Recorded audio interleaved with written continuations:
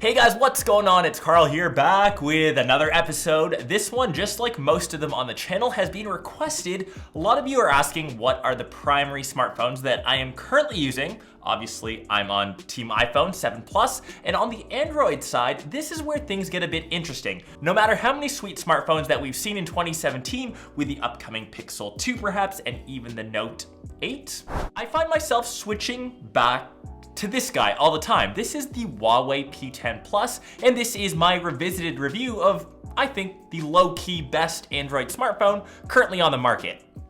I love it that much. So at first glance, I know it might look like an iPhone, it might look like every other black smartphone that we've seen on the market, but there are subtle differences which I think make it a little bit unique. Especially on the back, we've got the dual camera system. More on that in a bit, which is my personal favorite feature, and maybe why I'm coming back to this all the time. You can see the two cameras that are sticking out, but it does have a nice piece of gloss black up top that kind of divides the matte black finish on the back.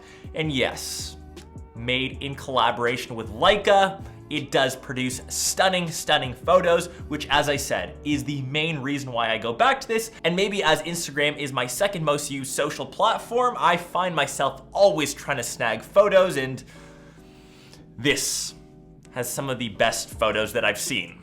Fanboying aside, when we switch to the front, we've got a 5.5-inch display, and that's because this is the P10 Plus, slightly larger than the smaller brother of just the P10. 5.5-inch display, it isn't oversaturated like other panels like we've seen on Samsung. It isn't Super AMOLED, LCD, but still 2560 by 1440. Gorgeous display to look at. And even when you compare it to the likes of the Samsung, which I still think has the better design. It's got the full edge-to-edge display, almost bezel-less. Maybe that's where some people might complain about the P10, but hey, it gets the job done. It looks good, nothing groundbreaking, and that's when you really need to ask yourself, what's the main reason for you to grab a smartphone? Obviously, you want it to look good, but yes, the features of the overall phone are important, and that's where we come to the lovely camera. I'm in love with this thing. The cameras here on the back are a different dual lens system that we've seen on any smartphone yet, and it's different in such a good way. Over on the iPhone and say the LG G6, we've got two different focal ranges. So either super wide and just the standard narrow vision, or on the 7 Plus, we've got a telephoto portrait lens to grab those sweet portrait shots, and just the regular size camera. We have two, one being the 20 megapixel monochrome sensor, switches everything to black and white with a flick of a switch, or a little flick of the finger, I should say, taking black and white photos true to the Leica look, way better than having a dedicated filter or even built-in software. And in the end, the photos that you grab are just straight up dope. They're different and dynamic. The tones that you can grab out of this sensor kind of just make you sit back and admire the shot that you've just grabbed. And I find myself trying to take more photos just because I like that monochrome sensor so much, and it's so beautiful and so different from anything that I've seen. And perhaps my favorite feature has to be the wide aperture mode. Everything in the background is blurred out, a bokeh in the back, your image is looking nice and creamy, staying true to that Leica look. And yes, smartphone photography, this is one of the champs, and I have been super impressed, and very similar to the output that you'll grab on the portrait mode on the 7 Plus. It's just been a camera that has been such a joy to use, and the main reason why I keep coming back to the P10 Plus over the likes of the G6 or even the S8 Plus. It's that good. So that aside, the P10 Plus is hands down the best phone that Huawei has thrown out, and is really putting them on the map, especially in the North American market. Internally, it's got some solid chipsets as well. It's Nougat 7.0, and if you're not a fan of the skin, you can always install a stock launcher. It also has the Kirin 960 CPU, which is like the Snapdragon 835.